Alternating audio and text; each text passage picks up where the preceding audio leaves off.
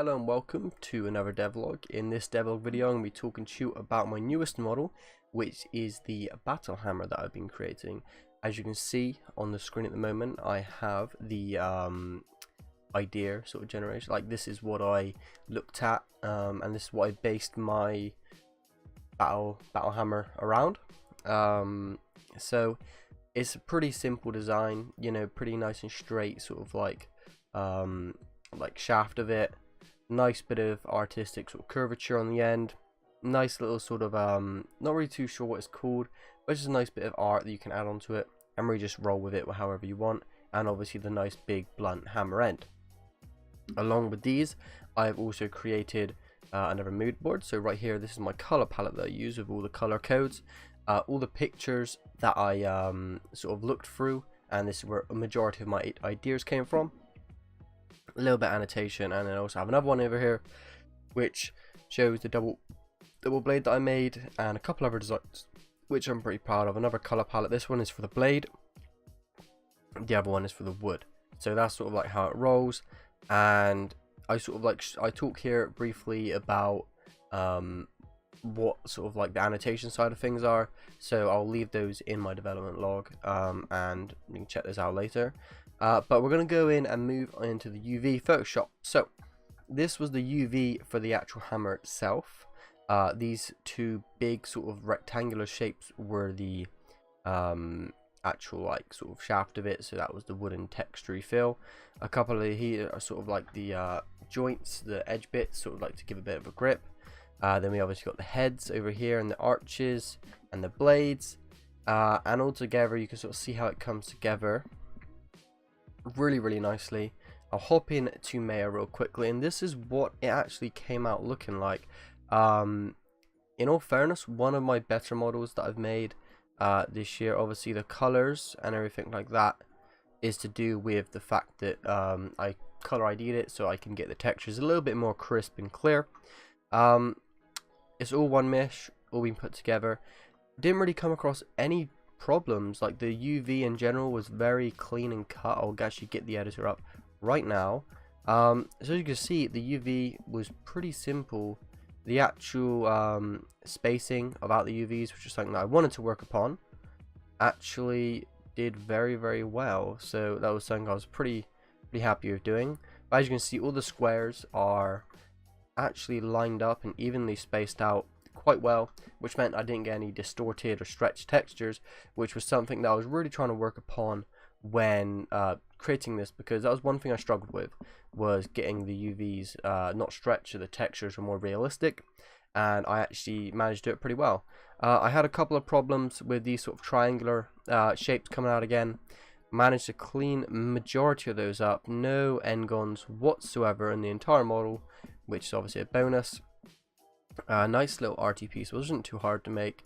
Just faffed about it a little bit, and obviously this nice sort of square, not too curved, because if I curve it too much you get too many sort of sections to have to UV, and it can stretch it and pixelate it, and not really something you want to be focusing too much upon, especially seeing that I didn't really have very long to work upon this, so it was a little bit rushed. So my timing could have been slightly better, which is something I want to improve upon. But in general I was able to sort it out pretty well and get it all sort of cleaned up. So obviously the hammerhead, very simple. I could have took these edges out here and made it one face, but it wouldn't have made much of a difference because I just UV welded them together.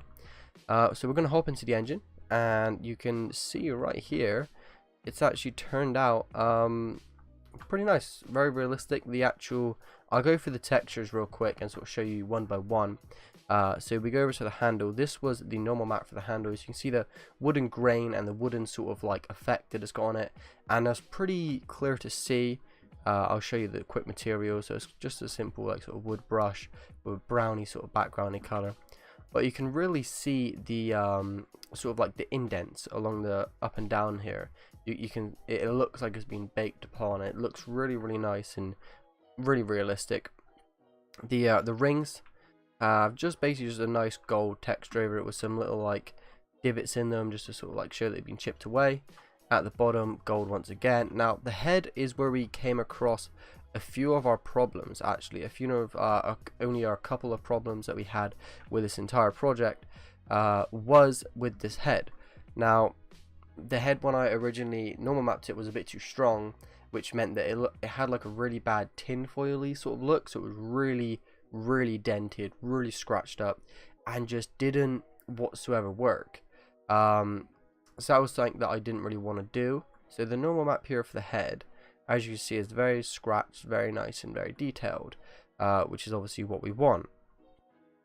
This is sort of the head shape and structure of it. Well, but if we actually hop into the head material, which I believe is here, we sort of combated this by, I asked one of my lecturers for help, and he came along and added they multiply by -2, so technically it took away the strength for the normal map, which reduced it and allowed me to get a still scratched but not a high sort of like volume dent crinkled look upon it, and it's just been coated with a pretty simple sort of silver with a few scratches in there just to give it that sort of stony, like marbly sort of like look, so it's nice and strong, and I can mess about with it if I feel necessary.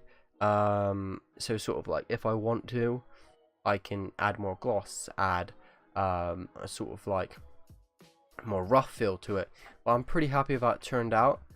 And then down here we came across a little bit of a problem, but was able to fix it. So as you can see from some sort of like lights, it may seem this one's darker. That was a simple Photoshop problem and lighting in Unreal. So once I sort this out, it should blend pretty well, but as a whole it actually came out well. I'm pretty happy that it came out. I feel like there's a couple things I could have done slightly better, potentially beveling this art piece on top. It actually came out reasonably square, but that's something that I could maybe bake on to one another, and hopefully I'll learn about that.